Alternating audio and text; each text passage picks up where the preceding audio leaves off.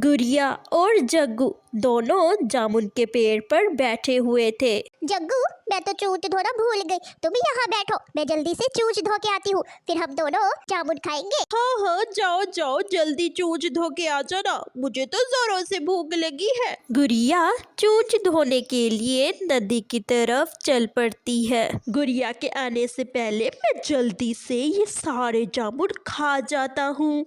जग्गू जामुन को तोड़े बगैर ही जल्दी जल्दी से सारे जामुन अपने पेट में फेंकने लगता है। दूसरी तरफ गुड़िया भी अपनी चोंच अच्छी तरह पानी से साफ कर लेती है। अब मेरी चोंच साफ है, अब मैं जाकर मीठे मीठे और रसीले जामुन खाऊंगी। अरे जग्गू, तुमने सारे जामुन खा लिए, मेरे लिए कुछ रखा ही नहीं। तुम्हें किसने कहा था कि भागी भागी चोंच धोने जाओ? मैं तो चोंच धोता ही नहीं हूँ, ऐसे ही खा जाता हूँ। मेरी मम्मा ने भी कभी भी चोंच नहीं धोई, हम तो चोंच धोए बगैर ही खा जाते हैं। देखो अब तुम्हारे लिए कुछ भी नहीं बचा, अब मुझे दोष ना दो। जग्गू ऐसा कहकर वहाँ से भाग जाता है। मम्मा मम्मा, मैंने आज गुड़िया के हिस्से के भी सारे जामुन खा लिए। क्यों? ऐसा क्यों किया जग्गू? के वो नदी पर चूच धोने चली गई थी, तो मैंने भी सारे जामुन चट कर गया।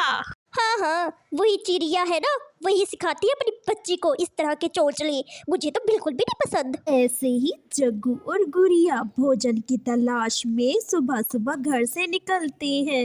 जग्गू जग्गू, वो देखो एप्पल, दो बड़े बड़े एप्पल। चलो चलो, वो एप्पल खाते हैं।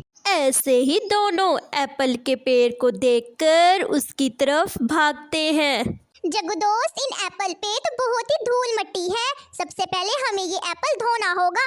अगर हम ऐसे एप्पल को खा लेंगे तो हमारे पेट में दर्द शुरू हो जाएगा। गुड़िया गुड़िया, मेरी मम्मा भी ऐसे ही खा जाती है और मैं भी ऐसे ही खाऊंगा।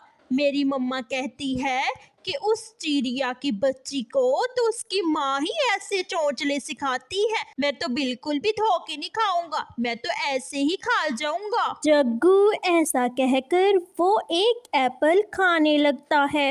मैं तो अपना एप्पल नदी में धोकर ही खाऊंगी। गुड़िया अपना एप्पल नदी के पास ले जाती है। गुड़िया अपना एप्पल नदी के पानी से अच्छी तरह धोकर फिर अपना एप्पल खाती है। ऐसे ही दिन गुजरते जाते हैं। ऐसे ही अब तो जग्गू की आदत बन गई थी, क्योंकि कभी भी जग्गू की माँ ने जग्गू को कभी भी चीजें धोने का नहीं कहा था। जग्गू अमरूद के पेड़ पे बैठा अमरूद खा रहा था। दूर से चिड़िया देखकर जग्गू के पास आती है। रुको रुको जग्गू बेटा, अमरूद मत खाना, ये पेड़ किसान का है और किसान ने कल ही जहरीली स्प्रे की है। अगर तुमने अमरूद खा लिया तो तुम्हें कुछ भी हो सकता है। बेटा मत खाओ। बेटा अमरूद के पेड़ को छोड़ दो और मेरे साथ चलो, हम दोनों दाना ढूंढकर अपना पेट भर लेंगे। नहीं नहीं, मैं बच्चा हूँ लेकिन मेरा दिमाग भी बड़ों वाला है।